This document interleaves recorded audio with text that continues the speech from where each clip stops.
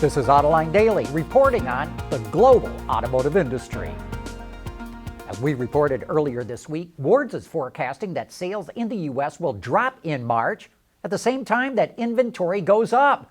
That means automakers will have to start offering more discounts or they're going to have to reduce production. Now, FCA will lay off 1,500 workers at its Windsor, Ontario plant that builds the Chrysler Pacifica and Dodge Grand Caravan. Sales are down 24% and 27% respectively. The company is eliminating the third shift, but that will not go into effect until the end of September. FCA will offer early retirement packages to eligible employees and will try to place laid-off workers into other full-time positions. Meanwhile, Lamborghini is having the time of its life. It's setting all-time sales and earning records. Last year, Lambo sold 5,750 cars, up a whopping 51%. And for the first time in its history, it sold more than 5,000 vehicles. Profits shot up 40% to 1.4 billion euros. And almost all of the credit goes to a decision to make an SUV. It's the Lamborghini Urus that's driving all of that growth. Hey, if you want to get into all the gory details on how the Renault-Nissan alliance became a cauldron of stress and intimidation, check out the Wall Street Journal and the New York Times today. They both have stories that take deep dives into how Nissan executives revolted against their former CEO, Carlos Ghosn. The stories don't necessarily break new ground, but they sure have a detailed chronology of how it all went wrong. Okay, all you hardcore gearheads, we're going to tax your automotive knowledge. Here's a barn find we found, and we challenge you to figure out what it is. I was on vacation in Uruguay earlier this week, a country where you can find all kinds of old cars tucked away in the countryside. I came across this car parked out on the street in a small town. Do you think you know what it is? Leave your guesstimates in the comment section below, and we'll reveal the answer next week.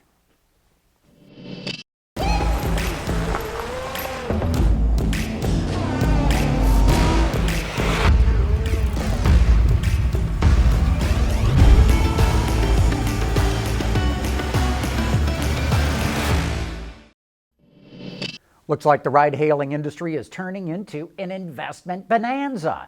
Lyft, the ride-hailing company, was just valued at more than $24 billion in its first initial public offering, which was more than investors anticipated. Now analysts are turning their attention to Uber, which is expected to launch its IPO next month. The company's been told by its investment bankers it could be worth as much as $120 billion. That means Uber is considered to be more valuable than GM, Ford, and Fiat Chrysler put together. ZF is making a push to become one of the largest auto suppliers in the world. Back in 2015, it acquired TRW for nearly $13 billion, and now it's paying $7 billion for Wabco, a company that makes braking systems and safety and connectivity technology for commercial vehicles. This puts ZF on an equal footing with its German rivals Bosch and Continental. And if you'd like to learn more about how ZF is transitioning from making traditional car parts to new technologies, check out our Autoline This Week episode from earlier this year, which dives into the topic. Looks like sales of the Chevrolet Bolt could be poised to drop off a cliff. GM has sold over 200,000 EVs and plug-ins in the U.S., so the $7,500 tax credits it gets from Uncle Sam are about to drop in half. And then in 6 months, they'll go away altogether. Even so, GM has no plans to lower the price of the Bolt. For buyers, that means the price will effectively go up by $3,750. Sales of the Bolt are down 25% over the last 3 months, and now they're going to drop even more. Autoline Daily is brought to you by Bridgestone Tires, your journey, our passion, and by Dow Automotive Systems, advanced materials that deliver better results. All truck companies must use standardized communication protocol for their commercial vehicles, but automakers use proprietary communication networks, and that's important for cybersecurity purposes. On Autoline this week, we're joined by Matthew Carpenter from Grim Cyber Research, and he explained the difference between protecting passenger and commercial vehicles from hackers. So what it boils down to is a combination of units and their own weaknesses. So what Bill was getting at is a Ford or a Chrysler or a GM car will have maybe a telematics unit. Maybe it's wrapped into the sync, the Ford infotainment system, or whatever that component is. That's the part that faces the internet. That's the most likely valuable component to hack. But once you get to that component, once you've compromised it and can get on, then you have to be able to send messages to the other units in the vehicle, which can vary between even models of the same make. In the heavy trucking industry, it's a similar thing, even though it's a very different landscape. You have a Cummins engine, you've got different Bendix or whatever components making up the vehicle that can be known, and they're all combined to make a truck with a telematics unit. The difference is Ford makes their telematics unit, actually they farm it out, but it's a Ford thing.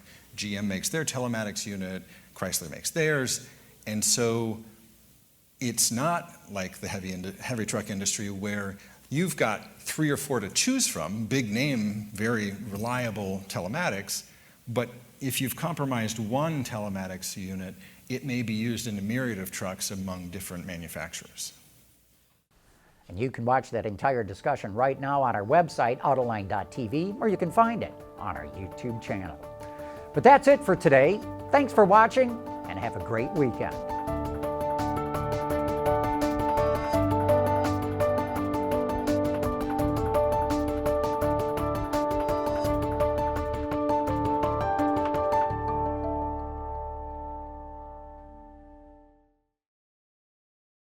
Wards is the industry leader for news, data, and analysis. That's why companies across the globe subscribe to our premium service, maybe even your own. Log in for subscriber access now. Check your company's intranet for details and rely on wardsauto.com to keep you informed.